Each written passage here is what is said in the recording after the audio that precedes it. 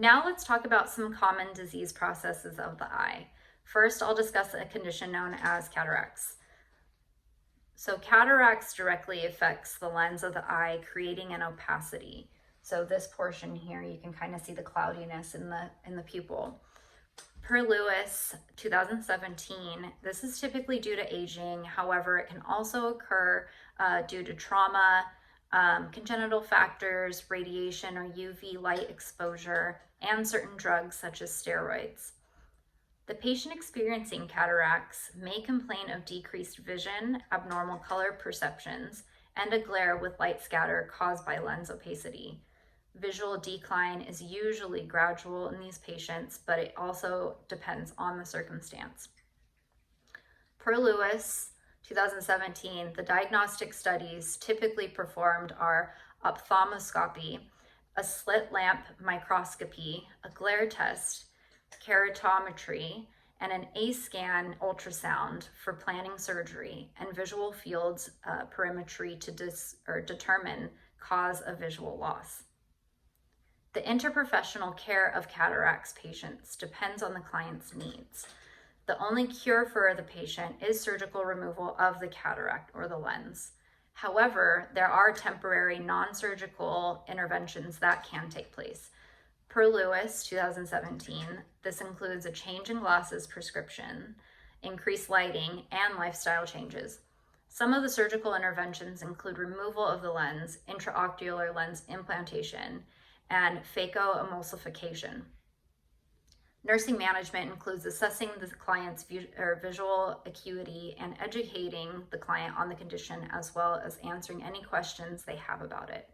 They may also have anxiety related to surgery, which the nurse can assist with what they can anticipate and plan goals with the patient. Since there's no cure for cataracts, there's no specific health promotion that can be recommended. Per Lewis, 2017, the nurse can suggest the client can wear sunglasses while outside to avoid unnecessary UV exposure and provide vision enhancement techniques, like a new glasses prescription if they do not choose to go with surgery. If they choose surgery, the nurse can provide a plan of care that goes over the perioperative phases of surgery. The nurse will need to include educating on medication administration, such as tilting the head back slightly or laying down to instill eye drops, proper hygiene of the eye that are like not exposing your eye to dust or dirt, how to look for symptoms of infection like redness or discharge, the importance of cooperating with post-op restrictions on head positioning like not bending over after surgery, coughing or sneezing during the healing process to optimize visual outcomes and prevent increased intraocular pressure, reporting pain, and attending all follow-up visits to evaluate the healing process and vision. Also, patient safety is crucial after surgery. Have the patient avoid driving after surgery and help them understand that during the healing process, their vision may not be safe for them to perform daily tasks. Find out if there's any family member or caretaker that can help them with their needs. Okay, so next we're going to go ahead and discuss conjunctivitis. So conjunctivitis is infection or inflammation of the conjunctiva of the eye. The bacterial version is typically referred to as pink eye. Anything that can irritate the conjunctiva can cause conjunctivitis. Per Lewis, 2017, the common causes of conjunctivitis are bacterial and viral infections. However, allergens, foreign bodies, or even chemical irritants can cause this as well. Per Yu and Hosworth, 2020, diagnostic tests for conjunctivitis include a fluorescein stain, a slit lamp test, a PCR, bacterial cultures, allergy testing, and STI testing. The bacteria known to cause conjunctivitis is Staph aureus and is common among children. The symptoms that are experienced include redness and inflammation of the eye, discharge, and discomfort. This infection is usually treated with ophthalmic antibiotics. So this is kind of a quick picture of bacterial conjunctivitis. You can see obvious discharge coming from the eye, redness in the conjunctiva. Viral conjunctivitis can occur with many types of viruses, and patients will experience redness of the eye, tearing, and mild photophobia. Symptomatic treatment is used for viral conjunctivitis, which includes typically steroids. So this is our viral conjunctivitis eye here. Per Lewis, 2017, nurse management of conjunctivitis includes assessing the ocular or assessment of any ocular changes such as redness or discharge, and determining the patient's visual acuity as well as their level of discomfort. The nurse must be careful to avoid contamination because conjunctivitis is typically infectious, so contact precautions are necessary. The nurse must demonstrate how to instill topical medication and promote good hygiene. If there are multiple eye drops used, it's good to inform them to instill one drop and then wait 30 minutes before applying the next medication or the next drop, and that promotes maximum absorption. It is important to demonstrate proper hand hygiene each time they come in contact with their eyes.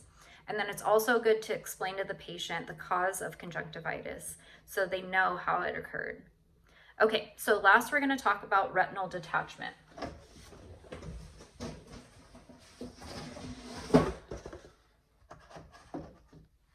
All right, so per NAMET 2017, retinal detachment is the separation of the neurosensory retina from the retinal pigment or epithelial layer due to the presence of retinal breaks, which are typically caused by vitreous traction on the retina, which include accumulation of vitreous fluid in the subretinal space.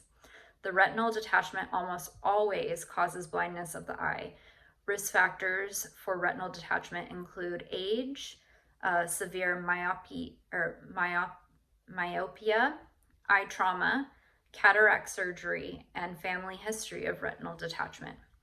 Clinical manifestations include photopsia and a painless loss of vision in the area of detachment.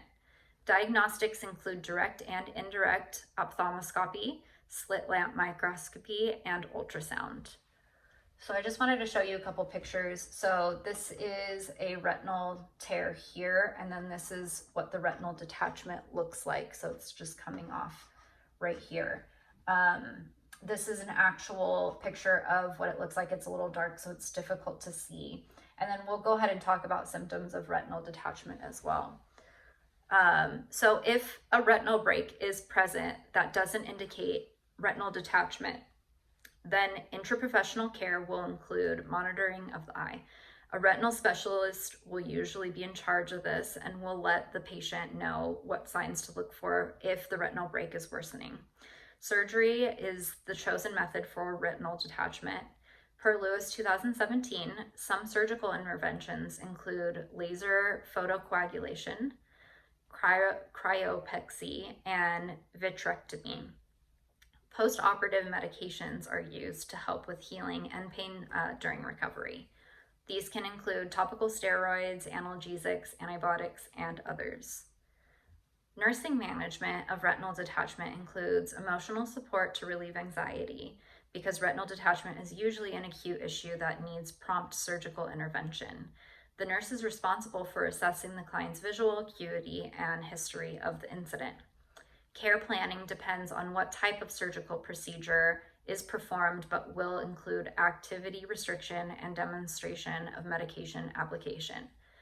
It is similar to cataracts repair, where the individual's vision may be compromised during the healing process, and finding a family member or a caregiver to assist them with daily care until they are healed is appropriate. The patient with retinal detachment is at risk of getting retinal detachment in the other eye, so it's important to show them what signs to look for if this is actually occurring, such as blurred vision or photopsia. So here it says they can experience floaters in the field of vision, flashes of light, a dark curtain or veil moving over your vision, or blurry vision. So that concludes my presentation of the eye. Thank you so much for watching this